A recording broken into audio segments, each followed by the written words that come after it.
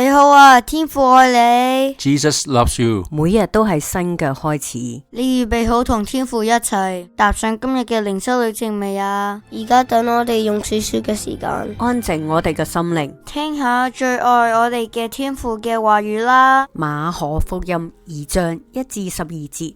過咗好一啲嘅日子，耶穌就入咗迦百農，人聽見佢喺屋裏面，就有好多個人聚集，甚至連門前都冇空嘅地方。耶穌就對佢哋講道。有人帶住一個癱嘅嚟到見耶穌，係用4個人抬嚟嘅，因為人好多，唔能夠靠前，就將耶穌所在嘅屋拆咗屋頂，拆通咗之後，就將癱嘅人連所瞓住嘅墊褥都掉咗落去。耶穌見佢哋嘅信心，就對癱咗嘅人話：小子，你嘅罪赦免咗啦。有幾個文士坐咗喺嗰度，心裏議論咁話：呢個人點解咁樣講嘢嘅呢？佢講咗僭妄嘅說話，除咗神之外，邊個能夠赦罪嘅呢？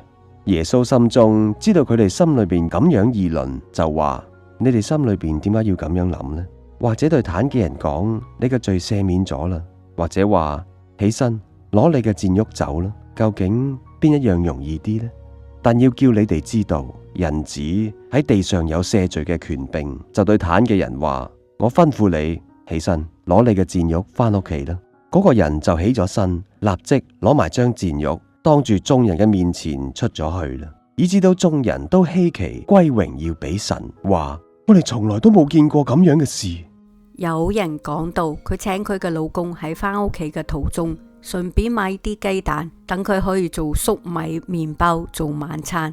佢嘅老公就回答佢：我有比粟米麵包更加好嘅嘢。老公嘅說話令到有人感到好驚訝，直到老公返到屋企，遞俾佢一條啱啱出爐嘅手工肉桂麵包，佢先明白老公嗰番說話嘅意思。麵包嘅包裝上標籤寫住：謝謝你嘅奉獻，僅此致謝。麵包係由蘇海做嘅，蘇海將麵包送俾佢哋，係表示對友人佢哋俾青年事工嘅奉獻嘅謝意。蘇海因為頭部受傷而不得不辭去佢嘅護士工作。喺呢個之後，佢開始做麵包。儘管蘇海冇辦法好似以前咁用佢嘅專業知識去幫助其他人，但係佢冇俾環境左右佢，佢迎接咗生命嘅挑戰，並且創造咗佢獨特嘅感恩嘅方式。佢製造美味嘅手工麵包，奉獻俾福音機構，將麵包送俾其他人。儘管蘇海唔可以好似馬可福音2章嗰度所講嘅嗰個被主醫治好嘅癱子咁，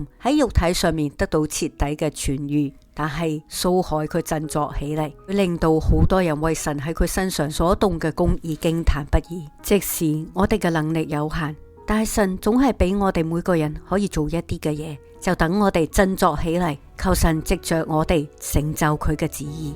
親愛嘅天父，求你打開我哋嘅眼睛，叫我哋睇到，即使我哋能力有限，但係神你依然俾我哋可以去做一啲嘢，去幫助其他人。求你幫助我哋振作起嚟，以致我哋願意去承接你俾我哋嘅任務，並且願意去遵行你嘅吩咐，成就你嘅旨意。我哋嘅禱告奉主耶穌基督得勝之名祈求，阿門。詩歌再次站起來。